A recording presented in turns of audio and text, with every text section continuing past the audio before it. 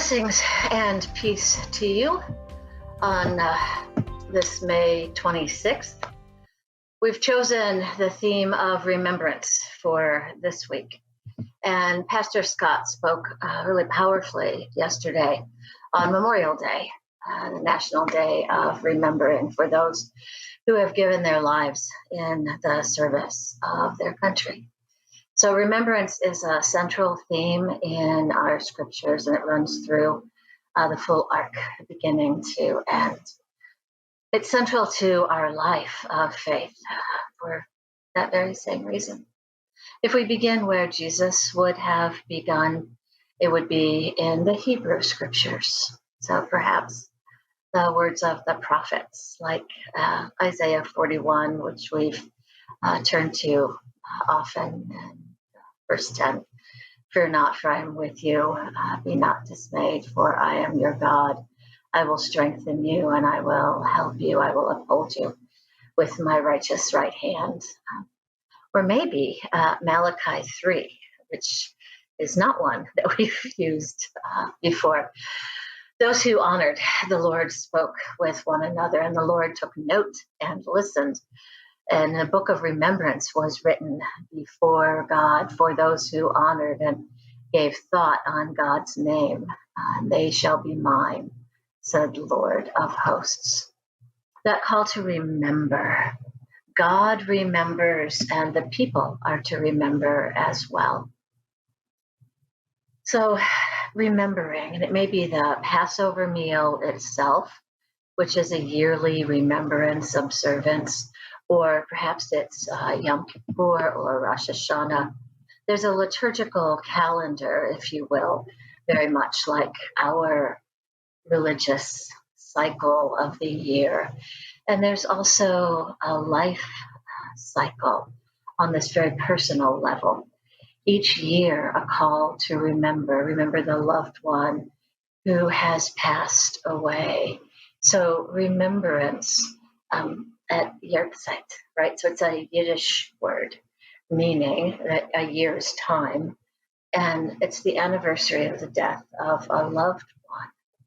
It's a Jewish custom, and you light a candle and it burns for 24 hours, the full day, right? So the Yahrzeit candle, and it's lit on the date of that person's death.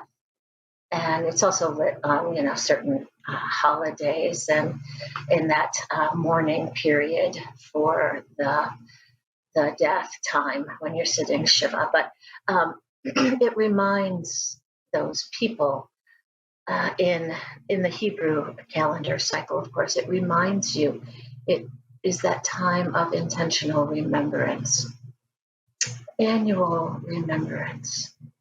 So the prayer, the Mourner's Kaddish, is said. Now, there's a ritualized prayer, right? But just like we as pastors take liberty or stylize some of our prayers, so do rabbis. There's one that I really love, written by Rabbi Arthur Waskow from the Shalom Center. And he wrote this Mourner's Kaddish for the tent of Abraham, Hagar, and Sarah, which is a time of coming together for the children of Abraham. So, and we understand Hagar and Sarah and how those children of Israel have come together. But it's a gathering, a prayer for peace, but also mourning all of the deaths that have happened.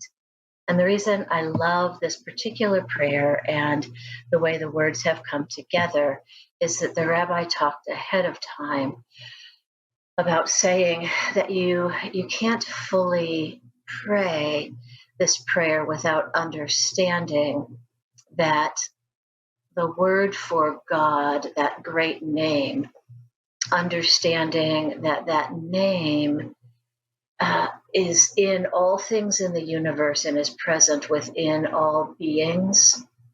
And when you are simultaneously praying, you're understanding that while God is giving you consolation and you're praying praise and you're singing, that you're also praying to console God, but that God's self is inconsolable. And the reason that God is inconsolable is that another human being, because that human being is bearing the image of God, has been struck down or killed by a human being who also bears God's image.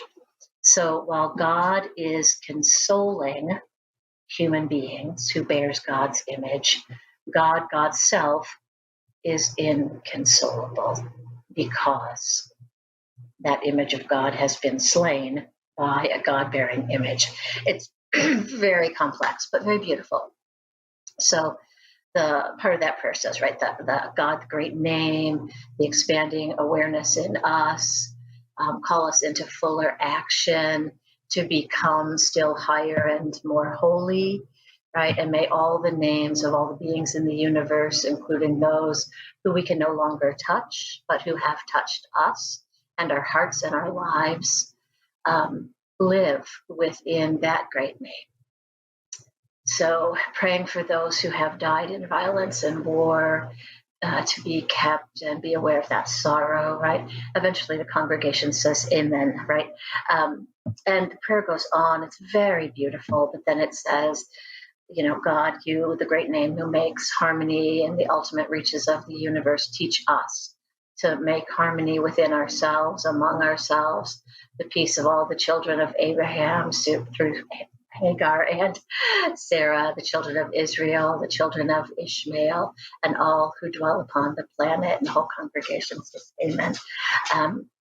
So again, it's just that awareness of God perhaps can be inconsolable, but God will always provide consolation to the hearts and lives of all of God's children, because Jesus himself told us, blessed are those who mourn, they shall be comforted. God will provide that comfort. God remembers and consoles us when we mourn. God will bring peace and God will bring harmony. But we must remember that God is not to be viewed as the best of, all human beings that we could ever be. God is more than we can ever imagine, beyond our imagining. God is God. And that's just holy mystery for us. So let that be enough, because that alone is more than we will ever need. And for that, we say, Amen.